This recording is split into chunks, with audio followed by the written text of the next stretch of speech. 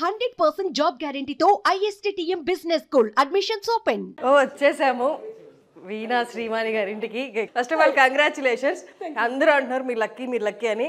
But నేను పర్సనల్గా feel అయిందంటే మీలాంటి టాలెంట్ వాళ్ళ పెళ్ళిలో ఇన్వైట్ చేసి మీ చేత పర్ఫార్మెన్స్ తీయించుకోవడం వాళ్ళు లక్కీ అని నేను ఫీల్ అవుతున్నాను. ఎందుకంటే శ్రీవాణి గారి టాలెంట్ గురించి పర్ఫార్మెన్స్ గురించి మీకు తెలుగు వాళ్ళందరికీ తెలిసిన వాళ్ళందరికీ నేనేం చెప్తున్నాను మీకు ఖచ్చితంగా అర్థమై ఉంటుంది. కంగ్రాచులేషన్స్. పర్ఫార్మెన్స్ మేము కల్లారా చూడాలనుకున్నా వాళ్ళు రిలీజ్ చేస్తారో తెలియదు కానీ బట్ మేమైతే రెగ్యులర్గా చూస్తుంటాం. మనం అక్కడికి వెళ్ళి కూర్చొని మాట్లాడుతున్నాం. డెఫినెట్లీ. దాన్ని కాఫీ తక్కువ పదో నాకు కాఫీ ఇస్తావా ప్లీజ్? నువ్వు కాఫీ ఇస్తే మేము ముచ్చట్లు పెట్టుకుంటాం. తను నన్ను చాలా క్వశ్చన్లు అడిగేస్తుంది. ఇప్పుడు చాలా అడగద్దు, కొన్ని కొన్ని కొన్ని కొన్ని. ఎలా శ్రీవాణి గారు ఎట్లా కాల్ వచ్చింది, ఎప్పుడు వెళ్ళారు? మామూలుగా అంబానీ ఫ్యామిలీ పెళ్ళి అంటేనే యూజువల్లీ అందరూ హాలీవుడ్ బాలీవుడ్ ఎక్స్పెక్ట్ చేస్తారు. మన తెలుగు తేజం ఒక్కసారిగా అక్కడికి వెళ్ళే ముందు చెప్తూ వెళ్ళి అక్కడ పర్ఫామ్ చేయడం అనేది మా వాళ్ళందరికీ ఫుల్ ఎనర్జీ ఇచ్చింది. అప్పటి నుంచి నేను అసలు మీరు ఎప్పుడు వస్తారో మిమ్మల్ని మీతో మాట్లాడాలనుకున్నాను. అసలు ఫైనల్లీ చెప్పండి, అసలు ఎట్లా వచ్చింది కాల్? ఎవరు చేశారు? ఎట్లా వచ్చింది పిలుపు? యాక్చువల్లీ వాళ్ళ ఫస్ట్ బాబు మ్యారేజ్ నుంచి మాకు కాల్స్ వస్తున్నాయి, కానీ కమ్యూనికేషన్ ఎందుకో కుదరలేదు. సో ఈసారి నీతా అంబానీ గారు ఖచ్చితంగా నా షో కావాలి. అది కూడా రీసెంట్గా నేను శ్రీమన్నారాయణ కీర్తన పోస్ట్ చేశాను కదా, అదే గెటప్లో ఆ వీణతోటే కావాలి. యాక్చువల్లీ మాది 8th రోజు ఉండే షో, వాళ్ళ ఇంట్లో ఉంటుండే. అది కొన్ని అనివార్య కారణాల వల్ల అది అలా వాళ్ళు ఉండే బిజీ స్కెడ్యూల్స్ ఉండే ఏమో అదేదో అది పోస్ట్ పోన్ అయ్యి 12th పోస్ట్ పోన్ అయింది. కాకపోతే నేను ఎప్పుడు చెప్పేటట్లే అసలు నేను ఈ వీణ స్టార్ట్ చేసిందే అంతరించిపోతున్న వీణను కాపాడడానికి. అంటే నేను ఏదో ఇంత పెద్ద వర్డ్ వాడినందుకు మీరేం భయపడకండి, కానీ నేను ఆ టైంలో 2015లో స్టార్ట్ చేసినప్పుడు నిజంగానే అంతరించిపోయింది వీణ. అంటే దుమ్ములు పట్టిపోయినాయి. సో దాన్ని ఖచ్చితంగా నెక్స్ట్ జనరేషన్కి తీసుకెళ్ళాలి అనే గోల్తో అసలు ఏంటి ఎవరైనా వీణ వాయిస్తారా అని అడిగితే ఎవడు వాయిస్తాడు వీణ అనేవాళ్ళు. అసలు వీణ అనేది ఇంకా ఆల్మోస్ట్ కనుమరిగే. కావాలంటే మీరు గూగుల్లో కూడా సెర్చ్ చేసి చూడండి, 2015 బిఫోర్ చూడండి, ఆఫ్టర్ చూడండి, మీకు ఈజీగా తెలుస్తుంది. ఇప్పుడు క్యూట్ పిల్లలు ఈ ఏజ్డ్ వాళ్ళు కూడా చక్కగా వీణలు తీసి వాయించుకుంటున్నారు, నేర్చుకుంటున్నారు, ఇంట్లో పెట్టుకుంటున్నారు.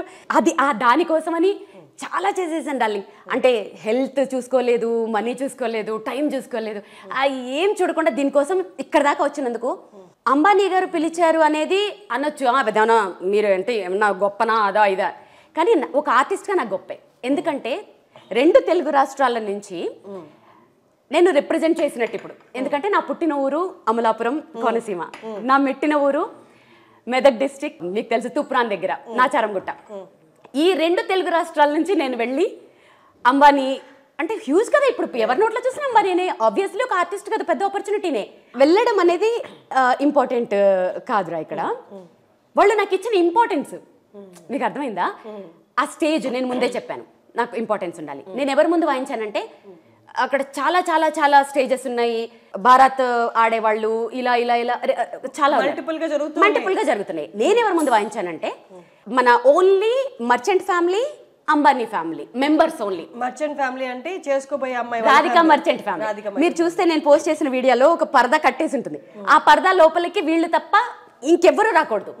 ఓకే, ఫస్ట్ 2 songs అయిపోయిన తర్వాత ఎంతో మంది లేరు, హార్డ్లీ 50-60 మెంబర్స్ కూడా ఉండరు. కానీ వాళ్ళు హైటీ టైం, అది దాన్ని హైటీ టైం అంటారు. ఆ హైటీ వాళ్ళ ముందు నేను ప్లే చేశాను.